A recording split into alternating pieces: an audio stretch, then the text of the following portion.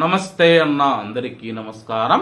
కువైట్లోని ఇళ్లల్లో పనిచేసే కార్మికులు ఎవరైతే ఉన్నారో తాము పనిచేస్తూ ఉన్న ఇళ్లల్లోనే ఆత్మహత్య యత్నానికి పాల్పడుతూ ఉన్నారో దీనికి అనేక రకాల కారణాలు ఉన్నాయి. పని ఒత్తిడి కావచ్చు, వాళ్ళ యొక్క యజమానుల నుంచి హింసలు కావచ్చు, లేకపోతే వాళ్ళకు జీతాలు ఇవ్వకపోవడం, అలాగే వాళ్ళ యొక్క వ్యక్తిగత కారణాలు, కుటుంబ సమస్యలు కారణమవుతూ ఉన్నాయి. అలాగే అప్పులు కూడా చేసి తీర్చలేక చాలా మంది ఇక మా యొక్క జీవితం ఇంతేనా అని చెప్పేసి చాలా మంది అయితే ఇటువంటి బలవన్మరణాలకు పాల్పడుతూ ఉన్నారు. దయచేసి కువైట్లో ఉన్న భారతీయులు ఎవరైతే ఉన్నారో ఇటువంటి పని చేయవద్దన్నా. ఈ రోజు కాకపోయినా రేపనేవి పరిస్థితులు మారతాయి.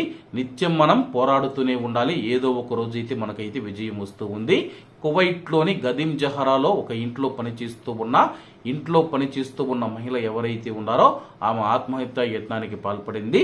వివరాల్లోకి వెళితే కువైట్లోని గదీం జహరాలో, పాత జహరాలో తన యొక్క యజమాని ఇంటిలో 35 గృహ కార్మికురాలు ఆత్మహత్య యత్నానికి పాల్పడినట్లు అధికారులకు సమాచారం అందింది.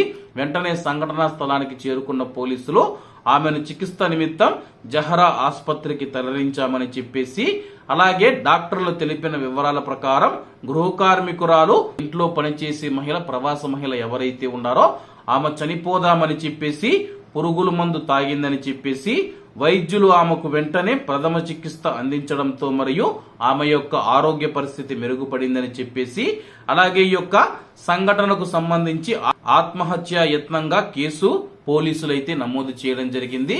ప్రస్తుతం దర్యాప్తు చేస్తూ ఉన్నామని చెప్పేసి, అలాగే ఆత్మహత్యకు పాల్పడిన ఆ యొక్క ప్రవాస మహిళను కువైట్ దేశం నుంచి బహిష్కరించే అవకాశం ఉంది.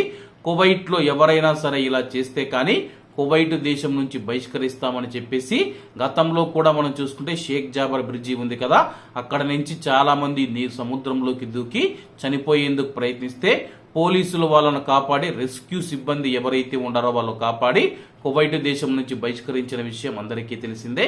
ఇప్పుడు ఈ యొక్క మహిళను కూడా కువైట్ దేశం నుంచి బహిష్కరించే అవకాశం ఉంది. కాబట్టి అందరూ బాగుండాలి, అందులో మనం ఉండాలి. అందరికీ నమస్తే అన్న, జై హింద్.